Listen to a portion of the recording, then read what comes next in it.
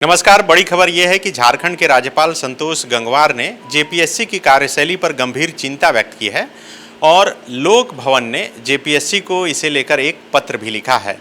ये पत्र लिखा गया है, आप सबको पता होगा कि पिछले दिनों सहायक वन संरक्षक की जो परीक्षा हुई थी उस प्रश्न पत्र में 100 से अधिक त्रुटियाँ थी। इसके बाद जेपीएससी सिविल सर्विसेज की जो परीक्षा हुई उस परीक्षा के बाद जब आंसर की जारी किया गया तो उसमें कई गलतियाँ पाई गई थी। इसी को लेकर गंभीर चिंता राज्यपाल संतोष गंगवार ने व्यक्त किया है और लोक भवन, जिसे पहले राजभवन कहा जाता था, उसने जेपीएससी को एक पत्र लिखा है और कहा है कि इस पूरे मामले की जांच होनी चाहिए और जो भी इसमें दोषी व्यक्ति है उसके विरुद्ध कार्रवाई की जानी चाहिए। मुझे याद नहीं है कि संतोष गंगवार जब से झारखंड के राज्यपाल बने हैं उसके बाद से जेपीएससी या जेएसएससी को इस तरह से पत्र लिखकर उन्होंने कार्रवाई करने की मांग की है। आप समझ सकते हैं कि झारखंड में जो भी परीक्षाएं होती हैं नियुक्ति की, वो या तो जेपीएससी लेता है या फिर जेएसएससी। और जेपीएससी जो सबसे बड़ी संस्था है जहां से अधिकारी बनकर निकलते हैं, वहां की परीक्षाओं में लगातार त्रुटियां हो रही थी और उसी को लेकर गंभीर हुए हैं गवर्नर। हालांकि वो खुद संवैधानिक संस्था के हेड हैं और यही वजह है कि उन्होंने पत्र लिखा है और गंभीर चिंता व्यक्त की है। क्या कुछ है पत्र में, यही जानेंगे। हमारे साथ जितेंद्र सर हैं। सर, क्या कुछ राजभवन लोक भवन की तरफ से जो पत्र लिखा गया है और राज्यपाल ने जो गंभीर चिंता व्यक्त की है उसमें क्या कुछ है?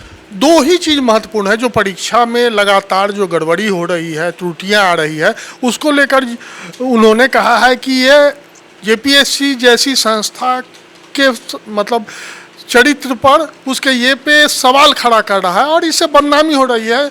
अभ्यर्थी भी जो हैं वो इससे मतलब असंतोष है, वो निराश हो रहे हैं, मतलब उनका भाव यही है। और दूसरा उन्होंने कहा है कि पूरे मामले की आप जांच कराएं और दोषी को चिन्हित करें और नियमानुसार उन पर कड़ी कार्रवाई करें। यही दो मूल भाव है उनके पत्र का।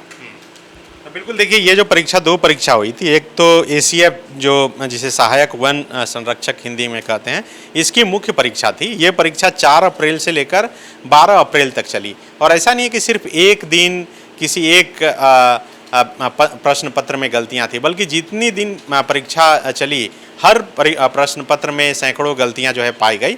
उसके बाद 19 अप्रैल को जेपीएससी सिविल सर्विसेज की परीक्षा हुई थी, ये पीटी परीक्षा हुई थी और पीटी परीक्षा के बाद जो आंसर की जारी हुआ उसमें कई गलतियां पाई गई थी और यही वजह है कि राज्यपाल ने एक तो गहरी चिंता व्यक्त की है, दूसरा कहा है कि त्रुटियों की ओर उन्होंने ध्यान आकृष्ट कराया है और तीसरी बात कहा है कि जांच कर जो व्यक्ति दोषी है उसके विरुद्ध नियमानुसार कार्रवाई की जाए।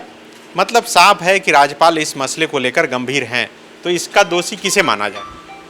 देखिए, सीधे सीधे तौर पर अभी तो जेपीएससी जिम्मेवार है, लेकिन से फिर कह देगा कि हम तो एजेंसी को काम उसी बात पर आ रहे हैं। राज्यपाल संवैधानिक प्रमुख होने के कारण जेपीएससी के सर्वेसर्वा राज्य में वही हैं और राज्यपाल का पद ही इसीलिए है कि अगर राज्य सरकार या राज्य के अंदर की संस्थाएं कोई नियम विरुद्ध या अनियमित रूप से काम कर रहा है तो राज्यपाल को उस पर नज़र देनी चाहिए, राज्यपाल को कार्रवाई करनी चाहिए। इस लिहाज से राज्यपाल ने तो प्रारंभिक कार्रवाई कर दी है, लेकिन अब राज्यपाल जेपीएससी के सर्वेसर्वा भी हैं और उन्होंने लिखा है जांच करने, दोषियों को चिन्हित करने और कार्रवाई करने। तो अब राज्यपाल की भूमिका और उनकी जिम्मेवारी और बढ़ गई है। उन्होंने उसमें समय का जिक्र नहीं किया है, जो जाँच कब, तो सरकार में आप देखते होंगे जाँच है वो सालों साल चलता है, तो सालों साल चलते रहे, उसमें एक टाइम बाउंड होना चाहिए और टाइम बाउंड के साथ राज्यपाल को अब देखना होगा कि यह जांच की प्रक्रिया कब तक पूरी हो रही है, कौन दोषी चिन्हित हो रहे हैं। देखिए, गलती तो हो चुकी है तो कोई ना कोई उसके लिए दोषी है, अब कौन दोषी है और उस पर क्या कार्रवाई हुई, इसका मॉनिटरिंग करना राज्यपाल की अब महती जिम्मेवारी है।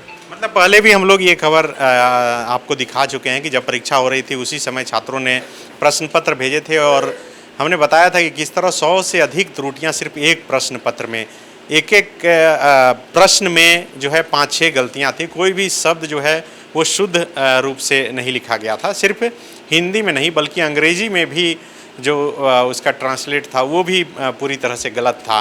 तो ये तमाम त्रुटियां लगातार जेपीएससी की परीक्षाओं में निकल कर सामने आ रही थी और उसके बाद झारखंड के राज्यपाल संतोष गंगवार ने इसे गंभीरता से लिया है और जांच करने की बात कहा है।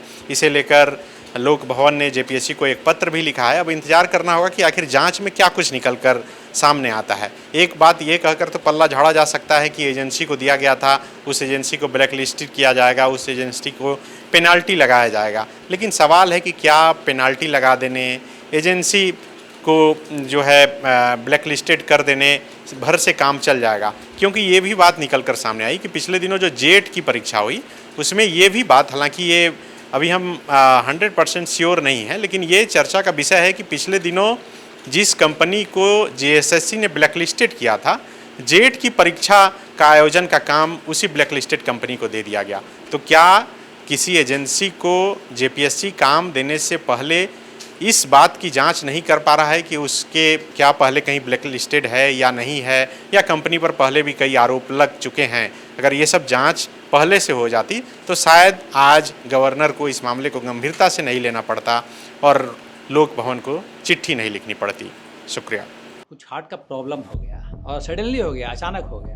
तो Jeevan Jyoti super specialist hospital में एडमिट करके इनका एंजियोग्राफी कराया। एंजियोग्राफी करने के बाद वो अपना रिपोर्ट दिया कि इनका 95% प्लस ब्लॉकेज, स्टेंट से काम नहीं चलेगा, इनको बाईपास करना ही पड़ेगा। तो कबीर हर्ब है, जब यहाँ पहुँचे फर्स्ट टाइम में इनको दिखाया तो माशाल्लाह रिपोर्ट बहुत बढ़िया है। 1 सप्ताह अंग्रेजी दवा चलाना है, उसके बाद दवाई बंद कर देना है। जहां 27 वर्षों के सफर में 17,000 से भी अधिक छात्रों ने डॉक्टर एवं इंजीनियर बनकर भरे सफलता की ऊंची उड़ान, जहां साधारण छात्र भी झारखंड टॉपर्स बनकर बना रहे इतिहास। दूरदर्शी शिक्षाविद श्री विपिन सिंह के मार्गदर्शन में मेडिकल एवं इंजीनियरिंग के लाखों छात्रों के लिए आशा की किरण के रूप में गोल नेशंस लीडिंग इंस्टीट्यूट।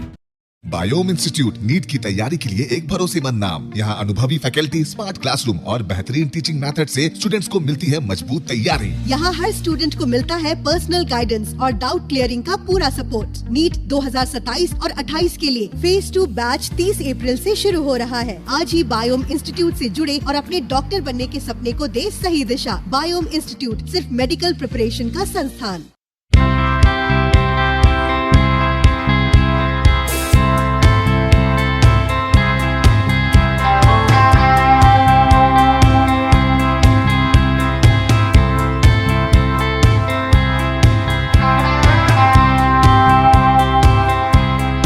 आप भी है देश सेवा के लिए तैयार तो आपका सपना होगा साकार। 10th 12th के बाद एनडीए में जाने का रास्ता रॉ डिफेंस एकेडमी करेगी आसान। और एडमिशन से पहले सभी जरूरी क्राइटेरिया की जांच की जाती है, जैसे height, weight, eye rotation, chest measurement, carrying angle, colour blindness. यहाँ एक्स एंड सर्विंग ऑफिसर्स के गाइडेंस में रेगुलर एसएसबी और वो सब कुछ जो आपके एग्जाम क्रैक करने के लिए जरूरी है। मतलब एडमिशन से पहले ही आपको पता होगा कि कहाँ मेहनत करनी है। तो ज्यादा इंतजार मत कीजिए क्योंकि नए बैच की डेट अनाउंस हो चुकी है और अधिक जानकारी के लिए स्क्रीन पे दिए गए नंबर पर संपर्क करें।